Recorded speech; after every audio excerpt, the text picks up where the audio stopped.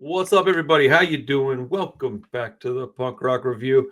This is an episode that I think a lot of people were excited for, uh, myself included. I don't know how excited Rob was initially when I brought it up, but he didn't object to it. I took that as a positive sign. We have both famously not been huge fans of The Clash over the last, say, 2 years now, maybe a year and a half, 2 years. I've come to like them quite a bit, but it's like kind of a hard stop with their second album. I like their first two records, and then like a sprinkling of songs throughout the rest of their catalog. Mhm. So we decided that we've been doing these punk versus punk podcasts, and I was like, dude, let's do the Clash. Let's do like my favorite album versus like their most popular. They happen to be right next to each other in their uh catalog. So today we're going to talk about Give Them Enough Rope. I think it's 78, right? 1978. Mhm. And then London Calling, which I believe is 1979, right? 79 or 80. Might be 80. Let me double check. Yeah. I did a date thing wrong the other day and made myself look real stupid because I didn't double check it. Oh crap.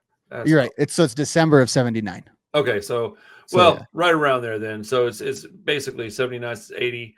So like a year and a half later, they drop. And it's weird, man. So I think we should go in chronological order and talk about Give Them Enough Rope first. And I have a little bit of notes, but I kind of wanted to freestyle this one because of how much I have come to appreciate specifically this album, but the Clash in general. I think for a long time, I didn't. It was never like a hate thing. It was just I got tired of being told I had to like them thing. And with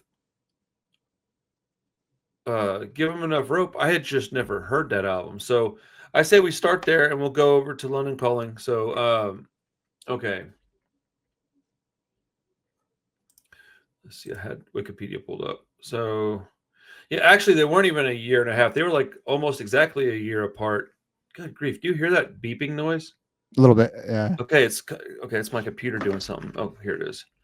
I'm gonna take this out and it shouldn't do it again. Okay. So yeah, November of 1978 on CBS Records. We get the Clash's second album, Give Them Enough Rope.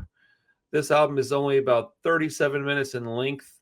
I think it's only got a dozen or so songs, maybe not even that many. 10 songs. 10. Yeah. 10 songs.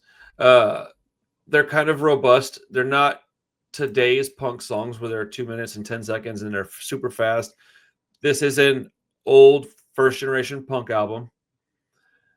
The thing about this album is I had never heard it until about 2 years ago, so I never understood the comparisons of Clash and the Clash and Rancid so much. And so when I discovered this album, it was a complete fluke. I was talking to somebody on a live stream, and they made the point of, I can't believe you don't see the connection between them and Rancid. And I was like, I think we were listening to Rancid, and they said something about the Clash, and I was like, dude, I just don't hear it. And they were like, man, Give Them Enough Rope. And I was like, I never heard that song. And they were like, no, it's an album. And I was like, wait, that's an album? I don't know if I'd ever even seen the album art. I'd just never been in. I don't know how I missed it all these years, dude, because I have other things going on, I guess. But dude, the first chords of the first song, I was like, oh, oops. Oops. So I think their career and their catalog mimics the Clashes. Or I should say this, I'm almost said it backwards. If I say that the Rancid stuff or the Clash reminds me of Rancid, just understand I'm not saying that as in like the Rancid was first. I just listened to Rancid more in my life. So when I think of it, I think of it that way. Mm-hmm. I understand, folks. Don't get upset. I can already feel people going, oh, cracking their knuckles, getting ready to type. Yes, I'm aware. The Clash came out very, very long time before Rancid did. But Rancid's catalog mimics the Clash's catalog with like self-titled. Then you have like Let's Go, and then you have And Out Come the Wolves, and then you have Life Won't Wait. And I look at it like that pretty much matches up. Almost. I think, because let's see, you have London Calling and then what, Combat Rock after that. So there's a lot of similarities there, but specifically with the two albums that we're talking about today and Out Come the Wolves and Life Will Wait. Those two albums and these two albums, they fit so well together in like a parallel line Mhm. It's pretty interesting. So you said you hadn't really heard much of their music to sit down. What was your thoughts when you listened to Give Them Enough Rope? Since that's the album we're talking about first, what was your thoughts on it immediately? Yeah, like immediately. And it's funny because of the Clash that I have experienced, I'm kind of like, I was like aware of this album, but it's always sandwiched. It's like it's the one that doesn't have the iconic cover of the first two. It's like you just kind of forget about this album a little bit, but this one is the one that's probably the most direct roadmap to Rancid, as we were saying. And so it's weird because like I'm gonna probably have a lot of criticisms of the Clash on this episode, but they are very good for, like, I do like the Clash. I am glad that they exist. Of all the old punk bands, I would probably want to hang out with Joe Strummer more than any of the guys that were ever in one of those bands. I think he's the coolest, like, of all the legendary punks. And I think he's probably most responsible of those guys for establishing what we now think of punk rock and a lot of the different elements of that. I've always acknowledged that and felt that was the case. And then, but when I engage with this album, it makes me like Rancid a whole lot more, to be honest with you. And it's hard for me because, like, I know that a lot of these criticisms people would also like levy at the Ramones, and I'm such a Ramones head, but it's like, I like these songs. I can definitely see where Rancid got what they turned into their music from, because I think that's a real unique thing with Rancid, because sometimes you're listening to Rancid and they're there with Pennywise and NoFX and Bad Religion, and you're like, these guys sound like something a little different, but you're not quite sure what it is. And they do other things that are punk, but you just don't hear it in any other of their like punk peers. And then you go back to this album and you hear it all. You hear like the start of it in the way of like how you and I are always talking about like the punk rock and roll and all that stuff. You hear all of that really with this album. It's just like, but that's still my criticism of it. And it's not fair to the Clash. It's what you were saying here earlier. It's not fair to them that I heard Rancid first. Right. Because I think Rancid, and I'll just say this, I think Rancid does the Clash better than the Clash did the Clash.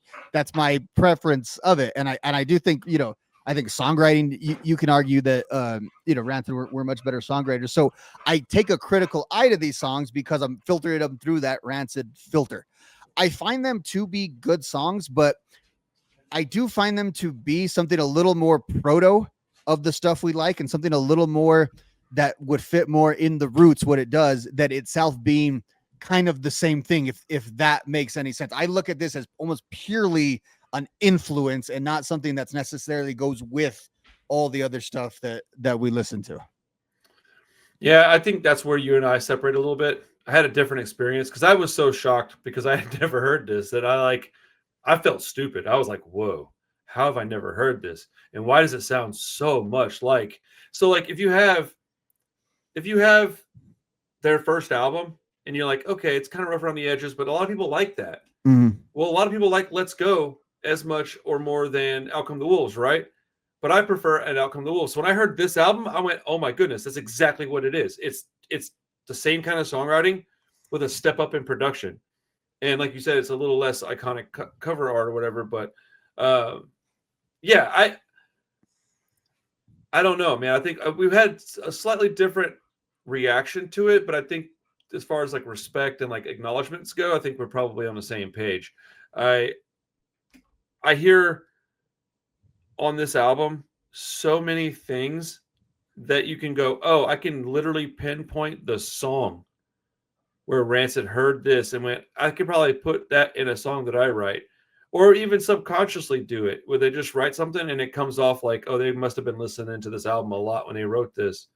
And as a matter of fact, I'll link in the description a video that I actually do that. I go through and I think it's like 10 comparisons of the two bands. And it's not just this album, it's a few of their albums, but I have songs where I go, man, I can hear this and this, and I can hear this and this. And it's very clearly the Clash is inspiring my favorite band. And I think that because of the fact that we are in our early 40s, maybe mid 40s in a few months for me, you know what I'm saying? But like versus our 60s, we were never going to hear the Clash the same way as somebody that's 2 decades older than us was. Mm. I'm a little bummed that I didn't get the right albums when I was younger, because I think I probably would have had a very different experience with this band.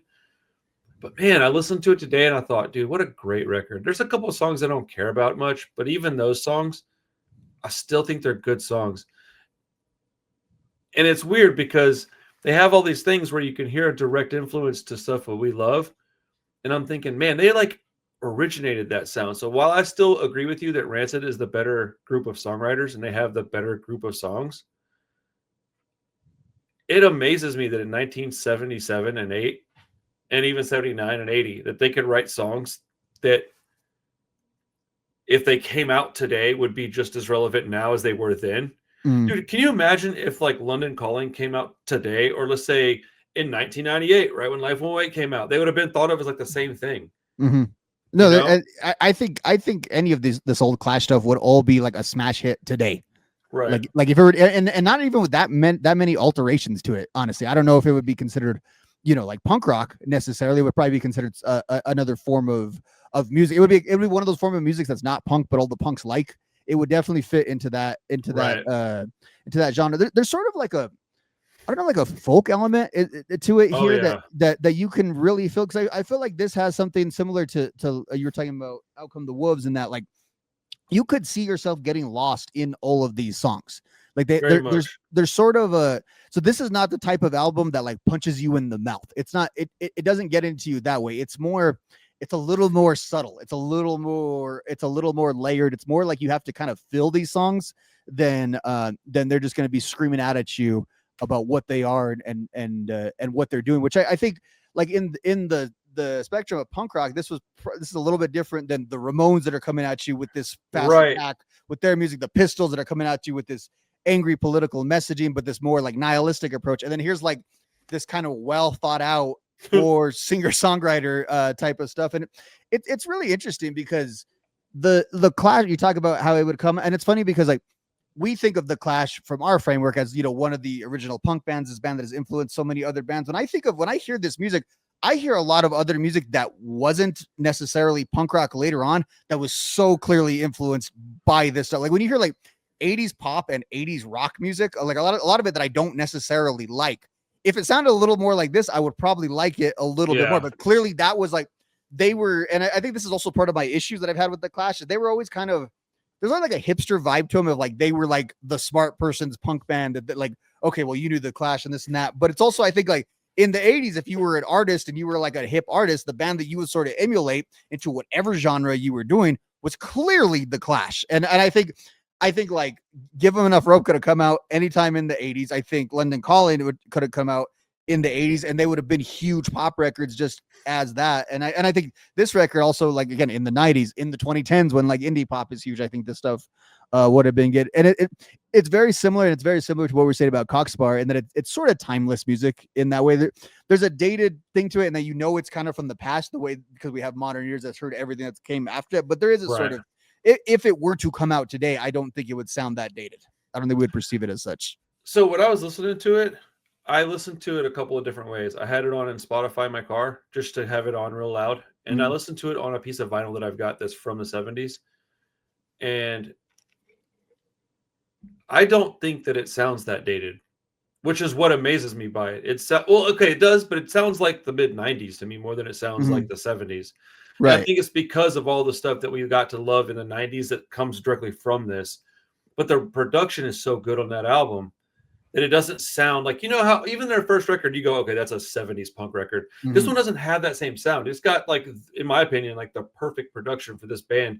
The Misfits stuff is another band where like I hear it and I go, oh yeah, this is an old record from a different time. It just sounds like that. It's lo-fi. It was done on a budget.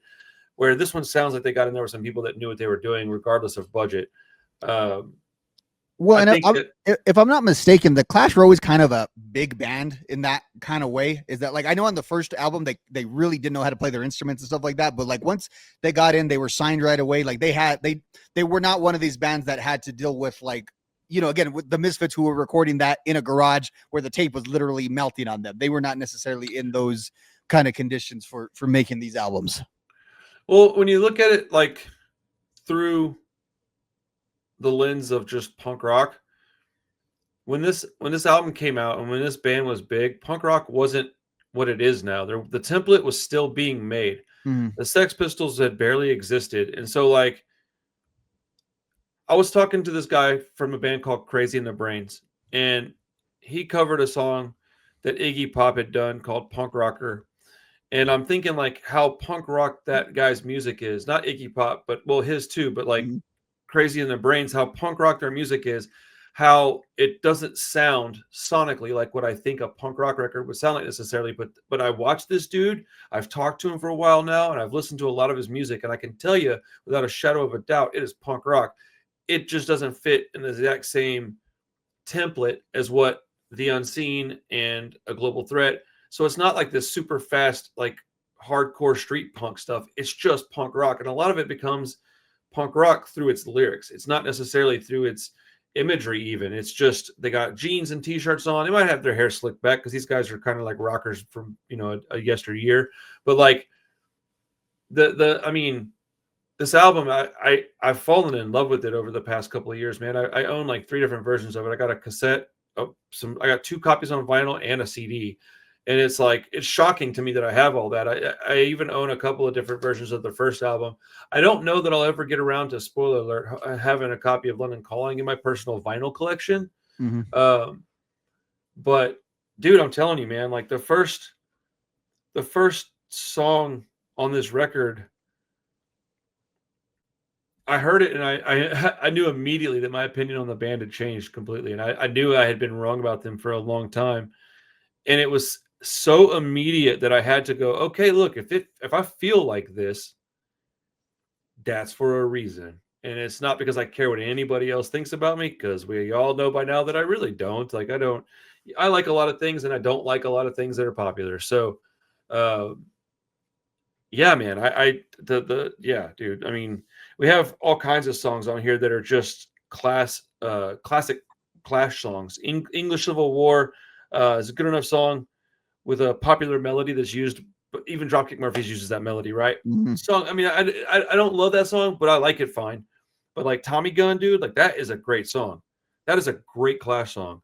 Um, Julie's Been Working for the Drug Squad. Come on, dude. It's got like piano in there. So here's what I'm hearing though. It's like Rancid is influenced by this band, but this band was influenced by like bovver rock and roll, pub rock, the Rolling Stones, Elton John. Like they were inspired and influenced by all these other rock and roll artists because they didn't have punk rock to be inspired by. So they speed that stuff up a little bit and get a little more political, and that's what turns into punk rock. So you know, I think a lot of the reason that this is very punk is because of the lyrics. Like when I first heard The Clash, it was through London Calling and Combat Rock, dude. I think Combat Rock might have been my first time ever hearing them. Dude, that is the worst album to be introduced to this band by when you're Mhm. a young, like pissed off punk rock kid.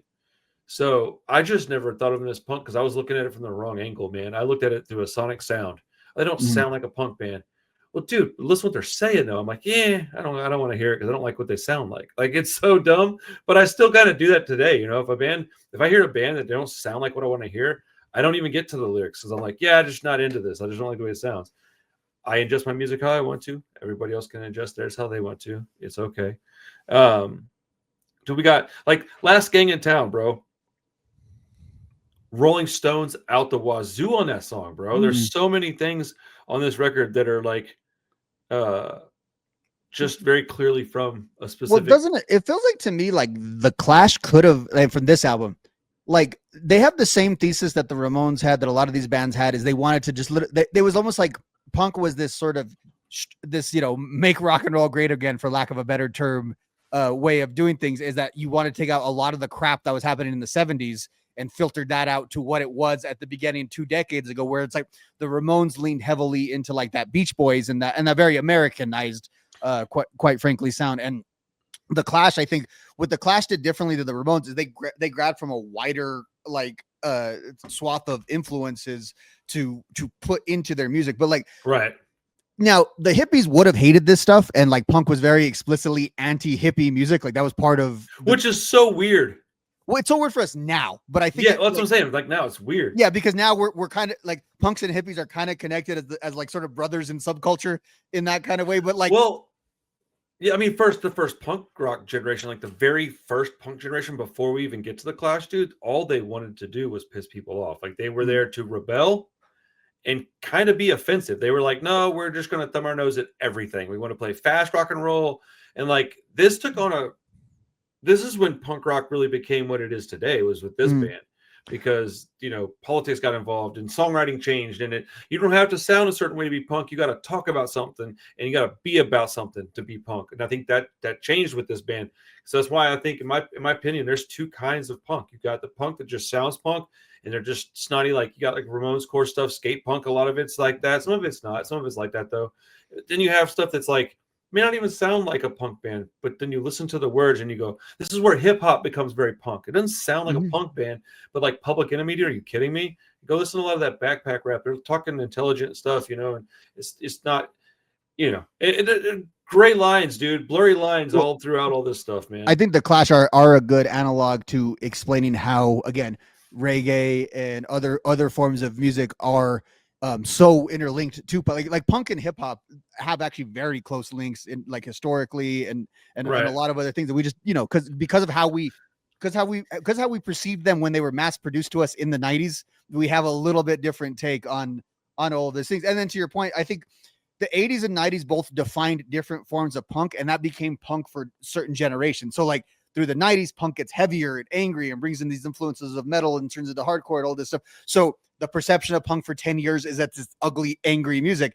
And then you have the 90s where punk gets very popified, and you have a whole generation of people who think of punk as a lighter type of music than they would think of generic rock. And it's funny because it goes all the way back to the core. It's kind of what I was saying earlier. It's like this and about the hippie and the punks thing, in spirit and tone and almost every other way than it just not being for people on acid and not having these long solos. They could be like a Woodstock band, like a true Woodstock type of like true 60s folk protest kind of band. Well, they have all of those elements to them. They just have the cool punk rock thing where they don't screw around like Jefferson Airplane did, for 2 hours with these keyboard solos. But that was one thing that, Joe Strummer always talked about when he saw the Ramones. He thought, wow, this is the most efficient band I ever saw. Right. They talk for 2 minutes and then they go on to the next one and next one, and they don't talk in between sets. And that was I always think that's interesting. And I think the Clash is a very big analog to like some of the pop punk bands later on, where they had talent that went beyond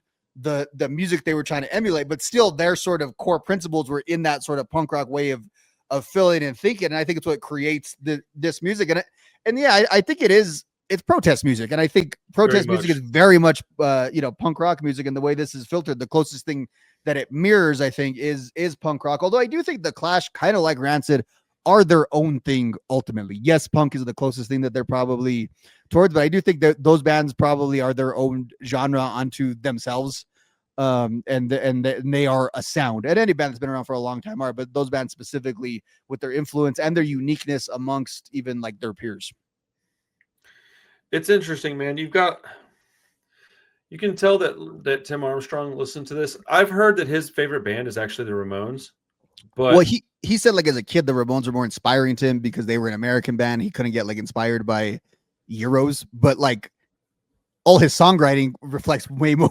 That's what I was going to say. I was going to say he clearly learned how to tell a story the way that Joe Strummer did, or used to do. I don't know. I'm not saying Joe Strummer learned anything. I'm saying like the way that Joe Strummer did this, I'm sure he had to learn it from somewhere, but like the way he told stories and wrote lyrics is that's where I think I get the most comparisons in my personal opinion, is like vocally and storytelling. There's a lot of riffage that is very similar, but that can be said for many, many bands. But I mean, I'll go back to Julie's Been Working for the Drug Squad. I think that song's about a snitch, right? Yeah. I mean, like, just listen to that song. You can just go, I can hear Tim singing this exact same song. And then with all the more folky sounds in the Clash's music, I can hear all the Tim Timebomb and Friends stuff. Like, this is a comparison that will never be able to be separated. You can't separate them. You have to have them together. Well, because it was like, I was doing the similar thing even on the next album where I was like, okay, well, this is kind of like that Agrolites album. This is like that Tim era. And that was what I felt interesting, because we're focusing on this and we're kind of centering this in the Rancid conversation. There was tons of Rancid on the next album as well, except for this one is just so much of like, this is the it just sounds like an older brother of Out Come the Wolves, dude. It just sounds like, oof. It's this one's rubbing Out Come the Wolves' head going, all right, kid, get out there and make something of yourself. And then they're like, all right, like, I mean, dude, Last Gang in Town, I'll reference that song again. It's got like almost a honky tonk sound to it. Dude, there's Rolling Stone sounds specifically through like the honky tonk sound that he did, the way he was singing his vocals. It sounds like 3 or 4 different Rolling Stone songs. And I do think it's funny when he yells out Kentucky Fried Chicken. I thought that was great. There's also great lyrics in that song, and there's fantastic guitar playing in that track. And then when you get to the song Guns on the Roof, I just put, well, yeah, if you can't hear And Out Come the Wolves was influenced here, then you need to go listen to it again. But I love that song. It's one of my favorites on the record. There's like 5 songs that are direct, like I call them like parents of Out Come the Wolves songs. And I go, ooh, it's so similar that like I had to make a video about it. I mean, I don't do that often, man. Drug Stabbing Time. I mean, good grief, dude. What a wild song that is. Mm-hmm. It's a good song. It's a very good song. Like a highlight song. Did you hear the Beatles when they did on the Stay Free? I heard a lot of Beatles influence in that song. Not specifically. I mean, I didn't. So I have on there "Stay Free." Good, almost Woodstock type song. That's what got me the idea of that like '60s rock. So I think you're hitting on the same thing. Yeah. Well, they had like some keyboards and some vocal melodies I liked in that song. It's definitely more mid tempo. I think the whole album's pretty mid tempo. Their first album had some really fast songs. This one had a lot of mid tempo. Just that like that kind of just this real just you could bob your head, tap your feet. You can also mosh pit if you want to, but it's not but White Riot's a much more like it's way faster. So like their first album has got a lot of more speed and aggression in it. This one they really took their time and wrote some beautiful songs. Cheapskates is also a great song. Switches the tone up a little bit. That's my favorite song of the album was Cheapskates. And I put on here, it sounds like a cool mid-tempo like Ramones song before the Ramones did those songs. So at this point, the Ramones just were doing their fast songs or their like 50s covers. It's not till the 80s when they would slow it down sometimes and have these really cool, like intense songs like this. I think the Ramones were inspired by the Clash as well. And I think vice versa. I think that back then, all the bands were kind of just in this giant whirlwind of like, oh, I like what you did here. I like what you did there. And, oh, did you hear this guy? And, oh, the Damned and the Sex Pistols and, oh, the Ramones. Well, the Ramones, I think, kind of pretty blatantly would influence bands that would hear their influence in. And then because those bands would always be more popular than them, they would bring in parts of that music into, in an attempt blatantly to, kind of like, okay, maybe if we do this because they did this, the Clash, slowed their songs down or did this, or, Metallica, they did this in their songs, or Nirvana did this. We should do this. We should do that. And at the end of the day, I think the version of the Ramones that people wanted the most is that first album. I agree with that. I like most of their catalog, but that first album is probably my favorite one. Maybe the second one, but the first one's probably my favorite. Yeah, I don't know, man. When I go back and listen to this, Give Them Enough Rope, it's a weird feeling that I get, and I really feel like I've already spent more years with it than I have, and I tend to rank it really, really high. I give it a very high rating. I don't know what you think out of like a 1 to 10 score, what this record would garner from you, but dude, I give it up in like the 9.5 area. Like there's very little that I would change about this album, like almost nothing, honestly. I don't think it's perfect, but it's awfully close. Yeah, on the objective scale, I'd probably go 8. On the personal taste, it's quite a bit lower for me. Like I said, it's one of those albums that I think like I could really appreciate, but outside of these sort of talks or me intentionally going because I want to like do a Clash deep dive, I don't see myself necessarily going back to a lot. That does surprise me a little bit. Have you heard their first album all the way through? Mm-hmm. Okay, you like that one better? Yeah, I do. Okay. And I think that's I was thinking about. I think, and again, very limited Clash fan here, but I think that's my Clash album. Okay, yeah, I can dig that because it's really close to this one for me. It's not quite the same, but it's any day of the week you could go, which one do you want? I don't know, flip a coin, dude. It landed on the first album. Cool, put it on. Like I just want to hear that kind of music right now. And honestly, dude, sometimes I go, I've heard Rancid too much. I need something that's kind of similar, but I don't want to hear Rancid.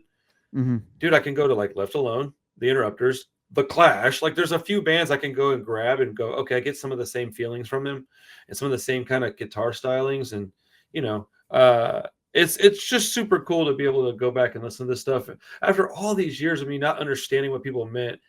And it was over the fact I didn't know an album existed. I just think it's so crazy, dude. Like I still feel kind of dumb. I'm like, man, I don't mind being wrong about something, but I hate when I just didn't know. And I go, well, no, my opinion is based on this. And then they go, yeah, you're missing a good chunk there, buddy. Like this is a quarter of their like known catalog, dude. They have 4 known albums, and this is one of them. And I just didn't know, man. I'm a little surprised to hear you say 8 and then quite a bit lower for a Subjected Grade. Yeah, you're gonna get raked across the coals on this. and that's fine. I got like rake me. I don't think either of us care. That's funny, dude. But it's just my like again. I enjoyed it most. We had a little bit longer turnaround on this show than we normally do, and I've been listening to this since we last talked. I enjoyed it most on today's listens than I had at any other. Like I came in like if we would have recorded this last night, I would have probably wanted to re-record because I said a bunch of ridiculous crap about the Clash, but I think there is a bit of a that is instructive on how this album it's a bit of a curve. I think in this album in that way too is that you got to have it a few times for me to really to fill it because like I was thinking earlier the closing song All the Young Punks. Mm-hmm. Like I was listening to that when I was driving and I was like, God, this sounds like such like a perfect like soundtrack to a movie or something like this is just like a perfect like closer of a song. And I was realizing how much I was finally enjoying it after kind of 3 weeks of I'll be honest, pulling myself through something that like I'm telling myself I should like or don't you like this, and it's kind of hard for me to figure out why I don't. But like there's nothing I can even really criticize for it other than I don't know if I still have that Clash bias or what it is, you know. You know what's funny is I know exactly what you mean because that happened to me with bands like The Descendants and The Damned.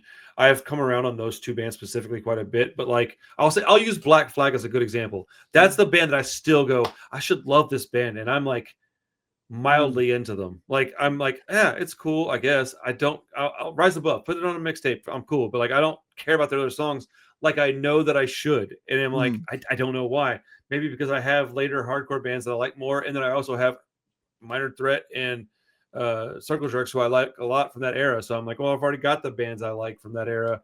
But yeah, I know what you mean, man. I'm glad I stumbled across this album the way I did because I wanted to hear it. And when I put it on, I was putting it on to prove somebody wrong, but I was just curious. And when I played it, I just went, oh. And it wasn't like, hey, can you go listen to this for a reason? It was a sheer coincidental thing. The fact I was recording it was coincidental. It was all organic. And I think I would have a very similar opinion to yours if I had come across it the way you are, honestly. So, well, and like, let's do the show in a year and who knows? Cause maybe this put it into my, into my head and it'll just it'll do that. We have covered a lot of albums more than once on this channel that I've changed my mind dramatically on. And I'm okay with that, man. Time changes, people change. I think it's kind of cool to be able to go back and like watch an episode from 2023 and then fast forward to 2025 and be like, oh, wow, he really did put some time in with that. He changed his mind a lot. Even if I don't like it much more, but I do like it a little bit more. Or even if I liked it a lot and then I cooled off on it and you go, oh, he was really high on this when it came out. And then like that Blink-182 album, I was shocked when it came out. I couldn't believe how much better it was than I expected. But that's the thing is that I had the bar so low that when I heard it, it was like, woof. And then after I listened to it a few more times, I was like, okay, calm down. It's got a few songs I really like, but overall, the production is just not for me, right? And I'm not here to like bash anybody. I'm trying to not do that on my channel as much as I can these days. It's too easy to bash people, man. There's lots of stupid crap going on all the time, but I think it takes a little more hard work to consistently find something positive to say about things that you don't necessarily love. So with that, I think we'll move on to the next album. All right. So.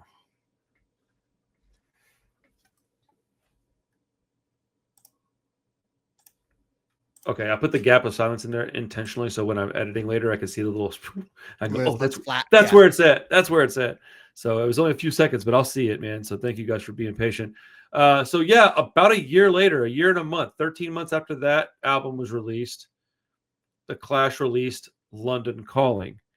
So I think we could probably agree here on at least one thing, and that being that this is probably their most influential, biggest, most kaboom album that they've released, right? Outside of Should I Stay or Should I Go, this is what people think of when they think of The Clash, I think, is this album. Right. And that's actually, I think that's why I got Combat Rock first, because I was a little kid and I picked out that one because it had the song I knew on it. I've never liked this album. I still don't love the album. But it's just like 2000, Rancid 2000. I've listened to it so much at this point that I'm like, okay, they're starting to become songs that I really enjoy. There was always a few. There was always a few songs that as a matter of fact, this has always been an album I liked more than Rancid 2000. Like, let me just be very blunt about that. Like, that album, I had personal issues with. This one I didn't. I just went, not for me. But and it's funny too, because if I ever talk to Lars, like I hope I will, most of my questions are about Rancid 2000. Go figure, man. Go figure. Get to the bottom of it once and for all. Yeah. Oh, before I go any further, two things that I didn't tell you yet. This is kind of cool. I made an error on my video about the Forgotten album, and it's actually an error that, like, when it got pointed out, I was like, oh, I knew that wasn't accurate. I don't know why I didn't look. So it was a date, but I'm actually glad that I did it, because when I did it, the guy that put the album out, the owner of TKO Records, saw it and emailed me. So I think I'm going to have him on the show soon to give me like the whole history of TKO Records and a bunch of the albums that are really important to people like me and you. Mm-hmm. So, I'm glad I did the screw up, because he wouldn't have reached out otherwise, I don't think. Yeah. And also, if you're interested in supporting the channel, our Patreon it's rocking and rolling now, dude. We've got exclusive live streams, exclusive content, exclusive Discord, monthly giveaways, input on the channel, like what's it called? Like bonus footage stuff, where it's like just hanging out in the behind the scenes on one of these talks or whatever. So all kinds of cool stuff and reasons to go hang out and check that platform out if you're interested. If not, no worries. Thank you for being here regardless. So let's get back to London Calling. This album isn't an album that I hate. I think I used to really like be stubborn about it, and I was like, dude, this album is not. So when I knew of The Clash, before I heard Give 'Em Enough Rope, I had heard their first album a little bit, and I didn't even remember what it sounded like. I just associated them with this album and Combat Rock. So I'd always be like, I don't even know why you're calling this band a punk band, because in my head, punk was the other lane. It was a specific sound. I have been told a number of times in the comments on my channel, dude, you got a narrow definition of punk. Well, how am I going to argue with that? I do. It is what it is. But I think it's gotten a little more broad over the last 2.5 years. But definitely in 2022, I was like, nope, this is my idea of punk. If you don't agree, I don't care. You don't have to, but this is what I think it is. And I've gotten soft in my old age. And I think the viewers can make a super cut of me saying that to you on the show. Like there's like 7 different times. So yeah, the commenters, I'm resonating with you right now. If you guys are putting that in the well, chat. It's just, I think that most of it is because I'm stubborn, and I hate it when people just don't want to listen to what I got to say about something, and they just want to tell me how wrong I am. And I tend to dig my heels in and go, no, that's ridiculous. I'm allowed to say this if I want to. And I think that's really what it boils down to, which is incredibly immature and not the right way of going about it. But, at least I can recognize that in myself, right? This is actually how I'm able to talk with my wife in certain ways, right? Is I have to be able to recognize, like, hey, you're being stupid right now, right? Because every relationship, whether it be with music or with a person, is a lot of work if you want it to be successful. And so with punk rock, I have to recognize, okay, you're being kind of like a baby. You stop it. And, just like at home sometimes, hey, you're being real grumpy. Like, just it ain't their fault. Like, you're just tired. Go take a nap. Okay, shut up. Go listen to the record again. Like, go listen to it and read the lyrics with it. That would change a lot of the stuff that I used to. Because even though I had the definition of punk that I did, I still had the opinion that lyrics meant more than anything else. So had I just stopped, taken a deep breath, opened up, Genius, and then been like, all right, let me read some of this, I'd have been like, I'm an idiot, dude. I just never did that, because I just hate getting made fun of all the time, because it happens so frequently, because I'm a giant mark. But yeah, dude. So how much time have you spent with London Calling? I mean, over the years, I've gone to it a few times. I was more familiar with some of the songs on this than I was with Give 'Em Enough Rope. At the same time, I find Give 'Em Enough Rope to be just a much better album, because it's a lot less boring in parts. Like there are parts of this album. On the other album, you can't believe it's over as quickly as it is. Right. There are parts on this where I'm like, are we still haven't got to Train in Vain yet? I mean, Train in Vain. It takes a long time to get there. Well, at certain points in some of these songs, and I don't know if that's just the style of the songs, or there's too many songs that are kind of similar on it, or what it is that I still don't love it as an album. I like the highs on it. I think I might like more than some of the highs on the previous album. Like, okay, that's interesting. That actually makes. I'm glad to hear you say that, because I don't necessarily agree, but I definitely understand that, and it may not be wrong. I just personally like the other stuff. I don't know. Well, I think definitely. it's a more produced album, so I think there were songs that were more produced as like sort of as we would think of as like um hits. Like London Calling's like just an epic song that's not really that I don't really connect to a specific genre. It's just sort of this big song. Rudy Can't Fail, which is one of my favorite songs, period. I've always said this, but I've always liked the Joe Strummer and the Mescalero version that came out on Hellcat. But I've like that's probably my favorite song on the album. Spanish Bombs, great song. Guns of Brixton, great song. Death or Glory, I like that one. But then we start going a little lower and we start getting to the back half of the record, and I lose interest when we start getting to that point. So for me, it's one of those albums where like I can say I like the album because I'll go to it, but it's a skip around for me. So okay, yeah. I mean, there's definitely more that I like about the other album, but when you look at if you just pull up Wikipedia and you go look at Give 'Em Enough Rope, it says genre, punk rock, length, 37 minutes. And then you click over to London Calling and it says genre, punk rock, new wave, post-punk, ska, length, 65 minutes. Dude, there's almost double the amount of songs and like 70% more music. More time. So it's a much more like beefy record. It's got a lot more music on it.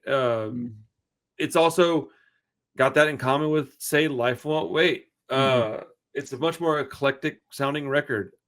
Dude, Brand New Cadillac is like a rockabilly, psychobilly song. Right? Rudy Can't Fail is like a freaking ska song. Spanish Bombs, dude. Lost in a Supermarket. Guns of Brixton, like, dude, so many different sounds on this album. And a lot of the songs are like averaging at like 3 minutes, whereas on the other album they're averaging at like 2.5. So like, it's just an overall much more like big, heavy record. And I think that this is like, while it may not be the record that I like the most, I do recognize that this is probably their greatest accomplishment writing music. Because if I say something is this way, right? I go, this one's better than this one. And then you ask 2,000 other people and 1,600 of them go, no, it's this one. Okay, then that means that subjectively I picked this one, but objectively they're probably 1,600 versus 1 doesn't make sense outside the fact that like, yeah, because that's what the general consensus says, that this is the better album. So I'm just saying, like, I constantly don't want to give this album the credit that it deserves because I don't like it that much. But it deserves all the credit in the world. I think that objectively it's a pretty great record. Subjectively, I'll have like the same comments that you had on the other record on this one. Like I even dude, I wrote down first couple of songs are decent enough. Sorry, my nose, I got like something on my face. It won't go away. I put first couple of songs are decent enough, just not the songs that I personally gravitate towards within their discography. And Jimmy Jazz, I really think it's just an awful song. So like, I don't think I have written anything close to that about any song on the other album. So like, you know. Well, and for me, it's funny because we talked a lot about Rancid on the last album, and there's plenty of Rancid on this album. But the band that the modern band that's, you know, that I would think of that's a similar to Rancid or like a pure of Rancid that I hear on this album is not Rancid. It's Green Day. I hear tons of Green Day on this album. Interesting. And so later Green Day for sure. Specifically, what I would say is post Insomniac, pre American Idiot, those albums they made in there where they brought in a lot of saxophones, a lot of that rock kind of guitar, where they brought in accordion, where they brought in all that other stuff into their music. A lot of that, I feel like, I don't know if they were necessarily directly like mimicking the Clash in the way that they were putting it, or if it's the same conclusion of when you mix, you know, a bass punk with all this other stuff, this is kind of what it sounds like. But when I think of some of those Green Day songs that use, again, like the saxophone and those kind of accordions and those other instruments that were brought into this album, I think a lot of that just sounds like it affects something similar to me that Green Day does. And it's sort of that, like, this is kind of like, I wouldn't say exactly an arena rock record, but it's a record that's meant to be enjoyed, I think, in like a mass kind of setting, a lot more so than like that other kind of, this you put on in a dance club, this you put on in a big, place where people are really going to be dancing and doing their thing. And I think Green Day's music has a similar thing where it's like this punk rock that can kind of be scaled up to this. The other thing about this album is it's pretty innovative too on all the things. Like it gets talked of as a post-punk and new wave album. Those genres are associated with like 1984, 1985, and this is coming out in 79. Like this is the post-punk album. This is the new wave album. Respect to everything that like Billy Idol and those other guys who were around punk scenes at the time too, who transitioned into new wave. Oh, but yeah. This seems like the original text of a lot of that stuff. Right. Well, dude, so I'm looking on Wikipedia, right? And I'm going to read a couple of paragraphs. It won't take me very long. It says, this is the third studio album by the English rock band The Clash, and they're called a rock band here, which I think is interesting. It was originally released as a double album in the United Kingdom on December 14th of 79. Let's see. And then it came out in the States in January. The Clash recorded the album with producer Guy Stevens at Wessex Sound Studios in London over a 5 or 6 week period starting in August of 79. Following a change in management and a period of writer's block for songwriters Joe Strummer and Mick Jones. They used this album to bridge a traditional punk rock sound and a new wave aesthetic. London Calling reflects the band's growing interests in styles beyond their punk roots, including reggae, rockabilly, ska. I like that they made the point of differentiating between reggae and ska. New Orleans R&B, pop, lounge, jazz, hard rock, etc., etc. Lyrical themes include social displacement, unemployment, racial conflict, drug use, and responsibilities of adulthood. I think this is basically their magnum opus, is their coming of age story. This is the one that they did a couple of, independent films, and then they got interest in by a big studio, and they got their money, and they made their big, elaborate Christopher Nolan epic. You know what I'm saying? I want to say something about one other thing pertaining to punk rock in these records. In 1977, 78, 79, 80, 81 even, right? For like 4 or 5 years, punk was just rock music done by pissed off people, but they were still trying to become rock stars. It wasn't until like a really hardcore punk that bands decided we're going to be a DIY underground. Doesn't matter if we're rich. We want to play the music and travel the world and show it to as many people as we can. That wasn't the Clash. That wasn't the Ramones. That wasn't the Damned. It certainly wasn't the Sex Pistols. They all wanted to be rock stars. So for that reason, they all did want to produce their records really well. They did want to get on a big label. They were speaking on social subjects. They wanted to make change in the world, but they didn't even have the idea of we can do this on a smaller level and make a sort of living and have a part-time job. Because back then that didn't exist. It just wasn't a thing. You either made music and you were a rich person who was famous, or you made music, failed, and went back to your job at the grocery store. So like, I just think that a lot of times that gets completely left out of the conversation, but it's important because Rancid, they were beneficiaries of these guys doing this and making labels like Epitaph be able to exist. So, Rancid could write an album like Life Won't Wait. It didn't really matter much. They weren't risking a lot outside of their fans being pissed until their next record came out. So this album, while being their greatest album, quote unquote, it was kind of risky. Like they went in and they wrote a whole bunch of crazy songs, did a bunch of sounds. Like there's a bunch of songs on here I really enjoy. There's just also a bunch that I don't care for. So I don't know. Long-winded. Sorry. I would love to know, just in all reality too, how much this album can really be directly credited for exactly what you were saying, how a Life Won't Wait could come out. Like punk bands putting in all kinds of other genres into their music. It's something now, like that's how we defined all the different punk subgenres, is by these things. But again, going back, we think of, what existed at the time with the Ramones and the Pistols, and you actually have punk as being sort of this limiting thing that only has these very strict things, and then this comes in and you were reading those things, and that exactly, New Orleans R&B is what I was referring to as like that, like some of those sounds and the lounge jazz and all that kind of stuff. We accept that now in punk rock, and I told you before, a lot of music post like the 1980s is just what can you do to punk rock and make it into this different sound. That's like most rock music was past this stuff. And I don't know it, but I would surmise that like this album was a big part of like, hey, we have a punk band, but like let's bring in a saxophone. Hey, we have a punk band, but we got this guy who can do this instrument or that instrument, or let's bring in this, let's bring in that kind of experimentation and get, because punk doesn't really get as much credit with experimentation because it's a genre that's so focused on rigidity and ironic like tradition and sort of Right. upholding these things. And so I just really wonder how much, because like the Clash, we think about it in today's terms, they had that sort of credibility of being this kind of alternative music that already existed. But now when you get into these albums that are actually, I think, just objectively good albums that anyone, regardless of their musical taste, That's the thing. would like. That's what these albums are. These are those albums. These are the albums that people go, yeah, I like kind of all music. And they go, what kind of punk albums do you recommend? And you go, well, maybe start here. And then they buy these and they maybe not go much deeper, but they go, that is a good album. Mhm. And I'll say this. I think that the two albums we keep talking about together, which would be this London Calling and Life Won't Wait by Rancid, I think you have the two most important records maybe ever within punk, as far as here's an example of two very punk rock bands that are doing things that maybe not everybody would think is punk.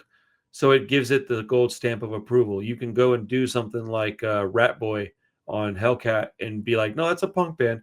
Well, it doesn't sound like a punk band. Beastie Boys, well, yeah, that's a hardcore band. Well, they don't sound like a hardcore band. They don't necessarily have to. And whether I agree with that all the time or not, because I'm a stubborn, old, narrow-minded, grumpy guy, doesn't really matter. The fact is that without those two albums, you had this one out in the late 70s, and it starts to kind of go, oh, and then the 90s happen, right? And it funnels punk into the sound again. And then Life Won't Wait comes out, it goes, boom. Oh yeah, don't forget, guys, you can make punk with whatever sound you really want. And not that there's no other albums that did this or anything. I'm not saying that. I'm very biased to Rancid, so I'm going to include them in conversations like this. But I do think it's true. I do think that those are two of the most important albums. This one is probably maybe the most important album, but like Life Won't Wait holds a lot of weight, Mhm. in that regard as well, because you have just the most insane mix of sounds in 1998 when all you were really hearing was Bad Religion, NoFX, Pennywise, and Green Day. Like those were in Blink-182. Like all the bands sounded like that little group of sounds. And then bam, that comes out and people are like, dude, good grief. This is why you have bands like, albums like Indestructible and Let the Dominoes Fall that have so many sounds on them. And it's just like, to us, it's just punk, And that's because of the Clash. Like if the Clash didn't exist, I could guarantee you Rancid wouldn't be who they are. Like there's no way down to the riff style that they write, and it's, it's Yeah, funny. they would have been just a regular California heavy punk band, right? Like I don't see anything else for them if they didn't go down. They would be like this awesome hardcore band, is I think what like that original. They would sound version. like 93, and then it would just the production would have changed over the years. Yeah, They might have gotten to Let's Go, but I think it would have sounded like Rancid 93 or maybe Op Ivy, maybe a little bit. but like the Clash gave them so many different things to choose off of too, because the Clash have so many that there's so many different parts of the Clash that they were able to pull into their music. And again, I think a lot of bands that did anything that wasn't just the traditional punk, like we're saying, probably took that same thing. And the other thing too, I think a lot of people heard these albums because like, the Sex Pistols might have come first, but they were more of this phenomenon that crashed, burned, and went away and had one album. You know what I mean? So like to people that actually got into punk and like that next generation of music fans, like, yeah, it was these albums that they spent so much time with and like really helped like define them. And like when I think of like the typical like music critic at like Rolling Stone magazine or Spit or whatever, like they love London Calling. Like this is exactly, and it makes sense. And it also probably hurt other like punk bands that came later in defining them in a different way, because they weren't kind of like the Clash and they didn't have as much of like the dynamics that a band like this does. Yeah, that's true. I think it's interesting, man. I have some notes. I'll go through them kind of quick on the album. Let's see. Let me pull up the song titles. I wrote down some numbers instead, like a dummy. Dude, you know what's funny about the Sex Pistols? I own the Clash, Give Them Enough Rope on vinyl, Japanese press with the Obi strip and everything from 1978. I just picked up Nevermind the Bollocks, 1982, Japanese with all the Japanese stuff on it. Oh wow. I don't know if I'll end up keeping that one. I might put it at the store, but it's like I saw it and I had a similar feeling that I had with the Clash album, and I was like, dude, this is awesome. Dude, Brand New Cadillac is a decent song, but I don't get the hype, dude. London Calling is a pretty good song. Jimmy Jazz is it's a bad song, dude. Like, Yeah. I want to know who likes that song. You might like it. If you do, just tell me why. It kind of brings down the album, honestly, right there in that spot. Dude, The Right Profile, I don't like the song a lot, but it had some interesting stuff in it that caught me off guard. Let's see, where's it at? Oh, yes, and I found myself enjoying the sax-infused sounds of The Right Profile. Kind of caught me off guard. The piano and saxophone in a more swing groove style. Not a song that I'm picking really often, but it's a good song objectively. Rudy Can't Fail is another one that I put on my list that I liked quite a bit. Clamp Down I like quite a bit. I think Death or Glory is probably my favorite song on here. Let's see. Yeah, Train in Vain is like okay. There's some of these songs just kind of take a long time. They're a little they're too beefy for me, man. Well, and then for me too, because like Train in Vain is one of their kind of iconic songs. I feel like when you're listening to the album, you're like I said, you're trying to get to it, and so Right. it's that little like Lovers Rock, Four Horsemen, I'm Not Dead. It's that part of the album that where it kind of dies. I think we talked about this a lot. Like some of these albums, if they just had less songs, they would be considered like much better of albums. And I think this one, from my opinion, I think could have been if it was a little bit tighter.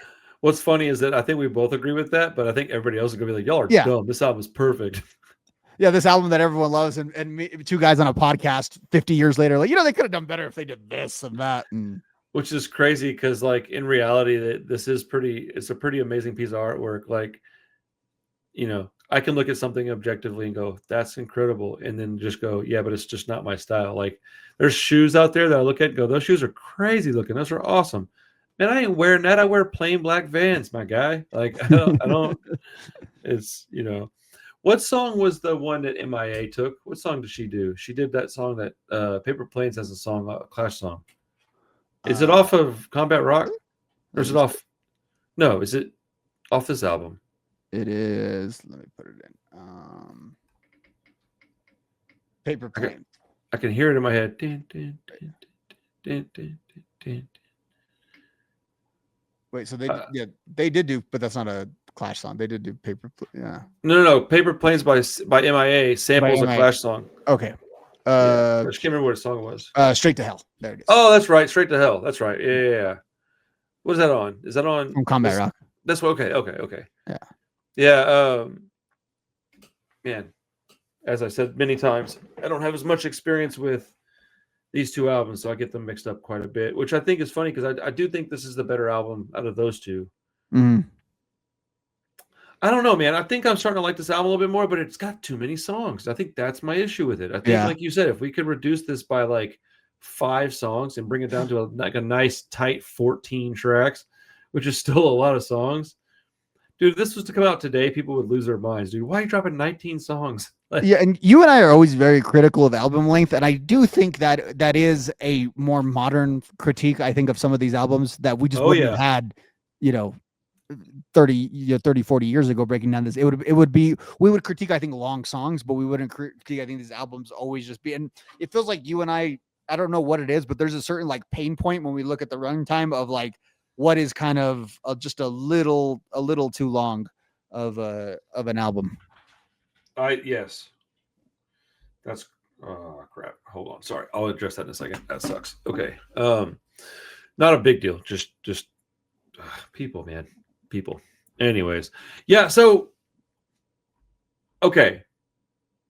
We've talked about Life Won't Wait being Rancid's like magnum opus as well. I think it kind of mimics this album too in that way, where I think it's a little too long. There's even some songs that I don't really care for on there. But as a whole, I still think I would enjoy it better as a whole piece of art than this. Mm-hmm. But I do think it mimics it even down to that point, that it's got too many songs. It's too long. Well, how do you agree or no? Yeah, no, it's very life on weight, even in like the specific aesthetics of some of the songs. Like that album pulls a lot of the set. Like we talk about, like this is sort of, it's not really explicit on here, but you could hear where like the roots of like Rocksteady and that kind of stuff that other bands would use in their music. A lot of that is here. They are trying everything on this album, which reminds me a lot of Life Won't Wait. You know, In that way, and I do. We've talked about this before. You and I secretly think that like Life Won't Wait is, like we said, the Rancid masterpiece. Like that's somewhere I want to believe that they're most proud of like that album because of what the result was of it.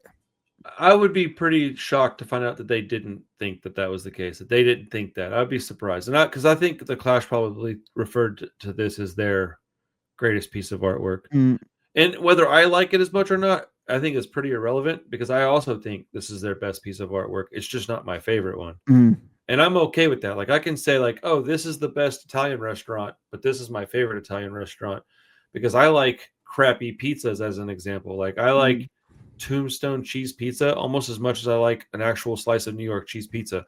That's ridiculous. Like that's so stupid. Okay, I can tell you that this one's a better pizza, but I like this one just as much."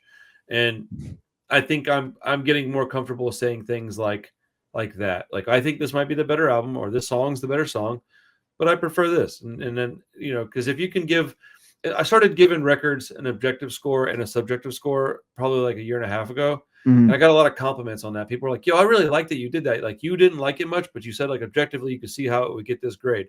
And I'm like, yeah, I'd like to think I'm mature enough to do that and that I can give credit where credit is due. Uh, I'm just really stubborn too. It sucks, man, because people are like, this is the best thing, I'm like, no, you're dumb. It sucks. And that's not really how I feel about it. So, yeah, man, it was actually, I enjoyed listening to these albums. Obviously, I enjoyed Give 'Em Enough Rope. I really enjoy that record, anyways. But I liked listening to this album much more than I was expecting to. I think mm, there was way more songs on it than I initially remembered liking. Uh, the eclectic sound changes I like for the most part, but they do go a little too crazy with it where I'm like, oh, bro, just reel it in a little bit. But I wasn't there, man. They probably got a lot of music that was given to them and that they sampled and listened to, sampled as in like just listen to it and such. But mm. like, I can't imagine trying to write something in the 1970s that was going to be your third record and you wanted it to be a little different. Like that's got to be hard. Plus these guys Mm. they're fans of all kinds of music. So, I know a lot of punk bands that go, yeah, I listen to all kinds of stuff, but I play street punk. That's a good choice too. But some Mm. bands do this and they go, no, I listen to everything. I am a punk rock person, but I like to play music. And Mm. that's where it's different. I mean, that's a good way to just describe the Clash as really good music. Like I think objectively, like I don't know anyone who does. Like I know we've took issue with but we're doing that from a very punk rock perspective. It's rare that you hear someone who's like who's heard London Calling or Should I Stay or Should I Go or any of those songs and been like, oh yeah, the Clash suck. Like that's bad music. That's crappy music. Like Right. Dude, that's actually the songs on their like big albums that I like the most is the singles. I like the mm, hits. I still listen to Should I Stay or Should I Go? I still love that song. Dude, how could you not like that song? It's just so catchy, bro. Like on my most grumpy, stubborn day, I'm not going to be able to say that that song's not good. It's just not happening because that actually, I've been trying to decipher what was the first punk song I ever heard. mhm, It might have been Anarchy in the UK, but not played by the Sex Pistols. I think it was a Megadeth cover, mm, but it also might have been Should I Stay or Should I Go? It had to be one of those two. And then early on, I was getting a lot of punk rock through metal bands, mhm. Metallica, Megadeth, Slayer. They all did it, um, which I think is funny because I don't like metal that much. Yeah, But I'm pretty sure like I found the Misfits because of Metallica. Like I knew who the Misfits were before ever listening to them a little bit. I think I got the same thing too because I had that Garage Days CD. Mhm. And everybody's like, "Yo, dude, those Misfits covers are great." I'm like, "What's the Misfits?" Like, I'm like probably 12. I don't know what the Misfits are. Dude, Guns N' Roses covered a punk song that I heard recently. What was it? I can't remember, but it was on an old album, and I was like, I didn't know that they played that song. All those old bands loved punk music, dude. Well, and the Guns N' Roses guys, except for Axl, they were all punks. Like they were all in the scene in the 80s. Like all these guys, all the 80s guys have stories of like Slash and Duff and hanging out and being in other bands with those guys. You ever hear Lemmy talk about punk? he called Motorhead like, "Yeah, we're just a punk band Mhm. with our hair's too long," and I'm like, "Yeah, that's awesome." Yes, it was. He always talked about the Ramones were like his heroes, and he always like he Motorhead. He always wanted to be as good as the Ramones, and they even have their song, Dude. Ramones. It's like, Lemmy, you're just your own thing, man. Like I don't know, like I don't even know how to define. I was thinking about Motorhead because I was thinking about the Clash. I was thinking about this in terms of this, and I was thinking the Clash are kind of like for the like Metallica head. It's like the new wave of British heavy metal for a lot of Metallica heads. Like, yeah, we know Diamond Head was important. We know Angel Witch was important, and probably like the bands we love, we like sound like that because of them. But I'm not necessarily always gonna all listen to the stuff that they influenced. And I kind of think the Clash sometimes fits along that. But then I was thinking like, I was like, but actually the analogy for Metallica, if Metallica is Rancid, the analogy is Motorhead, because Metallica is just a refined motor. Like Metallica is like a little bit younger 4-person non-lemmied American Motorhead, and the way that I think you could argue that Rancid is an American Clash. I think that's a way to think about them. People would always say things, and I would piss them off because I had a good point, but I would go, they'd be like, "Yeah, well, there wouldn't even be the Rancid without the Clash." And back when I wasn't a fan of the Clash, I'd be like, "Yeah, dude, just because you were first at something doesn't mean you were the best." And they were like, "Well, what does that even mean?" I'm like, when something comes out, it's usually like the archaic version, but like an iPhone 1 isn't better than an iPhone whatever 15 GQ Diamond Plus Extra Ultra Shiny, right? Those are just a better phone than the first one, but they wouldn't exist without that first iPhone, right? Of course they wouldn't. And at this point in my life, I feel like it's weird to even say this out loud because I just have historically not felt this way, but I do look at the Clash now with the same reverence I look at Rancid, and I think it's funny because it just clicked. It was a moment in time I can actually point to and go, "Yeah, that's when my mind changed."